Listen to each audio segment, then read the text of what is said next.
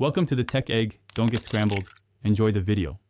You start by locking in the foundations. Set page size, one in margins, and orientation to match your output. Next, pick a font pair that complements each other. Choose a serif for headings and a clean sans for body so contrast is clear. Once done, define and update your built-in styles. Title, heading 1, normal text, so every new paragraph follows the system. This prevents manual fixes later and speeds layout work. Make sure to save these defaults before moving on. Now focus on mid-stage design. Adjust line spacing to 1.15 to 1.5 and add small paragraph spacing so text breathes.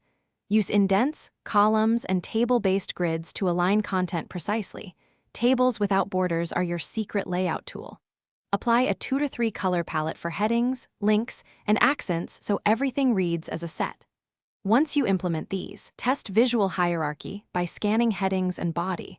Refine sizes and weights until reading order is obvious. Finish by adding headers, footers, and page numbers for a polished, professional result.